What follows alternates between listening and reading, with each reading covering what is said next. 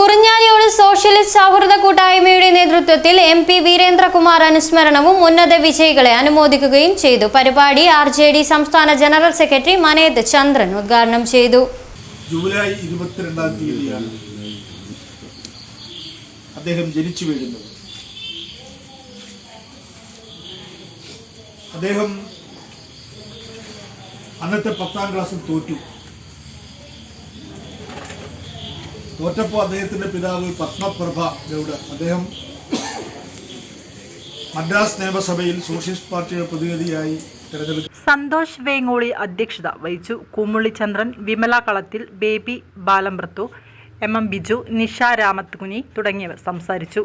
അനുമോദനത്തിന് നന്ദി പറഞ്ഞുകൊണ്ട് നിവേദ് ബാബു, ശിവപ്രിയ, ദിയ ബിജു എന്നിവർ സംസാരിച്ചു.